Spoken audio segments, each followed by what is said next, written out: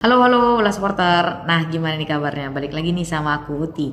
Oke Bola Supporter, di video kali ini aku bakal bahas seputaran timnas Kurakau yang berhasil lolos ke Piala Dunia 2026 ya Bola Supporter. Tapi sebelum kita bahas lebih lanjut, boleh banget nih kalian subscribe dulu, soalnya subscribe itu gratis. Nah, udah subscribe, langsung aja nih kita mulai ya pembahasannya.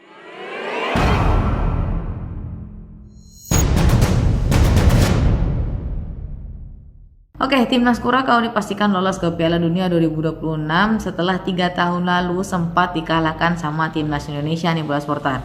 Nah, Ketua Umum PSSI Erick Thohir mestinya sih memantau sepak bola dunia ya dalam kapasitasnya sebagai penanggung jawab timnas Indonesia nih Bola Supporter. Dia nggak mungkin lah melewatkan keajaiban yang terjadi pada Rabu tanggal 19 November ini saat kelolosan timnas Kurakau ke Piala Dunia 2026.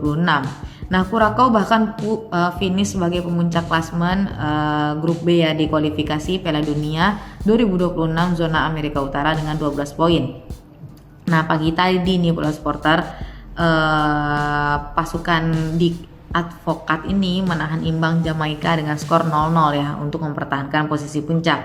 Nah, Kurakau otomatis langsung lolos ke putaran final nih Bola Supporter, sedangkan Jamaika sebagai runner up harus melewati babak playoff antar benua dulu ya.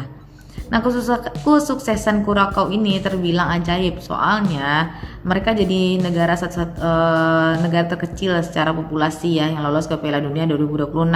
Bahkan dalam riwayat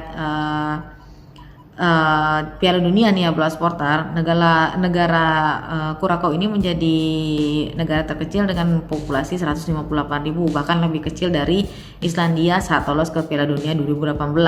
Nah, tim yang berjuluk The Blue Wave ini juga pernah bertanding nih melawan timnas Indonesia sebagai ajang pemanasan ya Bola Supporter.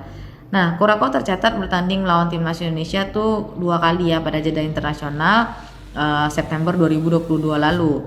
Nah, masih ada nih setidaknya satu pemain yang di line up Kurakau waktu ngelawan timnas Indonesia itu, yaitu Juninho Bakuna nih Bola Supporter.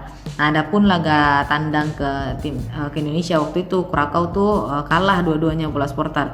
Yang pertama itu mereka kalah dengan skor 3-2. Nah, yang pada partai kedua mereka kalah dengan skor 2-1, di mana waktu itu timnas Indonesia masih ditangani sama Sinteyong yang Bola Supporter.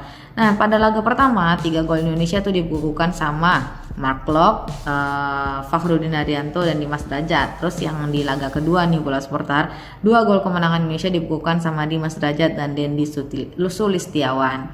Nah, setelah melakoni laga dengan Kurakau waktu itu ya Bola Supporter, Indonesia akhirnya mengarungi perjalanan nih di kualifikasi Piala Dunia 2026 sejak putaran pertama, yaitu melawan Brunei pada Oktober 2023 lalu.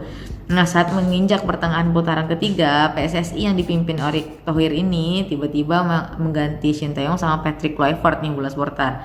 Nah, perjudian tersebut sih sebenarnya nggak membuahkan hasil ya, soalnya Indonesia tersingkir nih di putaran keempat dan gagal lolos ke Piala Dunia. Nah, ironisnya lagi nih Bola Supporter, Kluivert juga pernah nih melatih timnas Kurakau dan tidak dikenang dengan positif.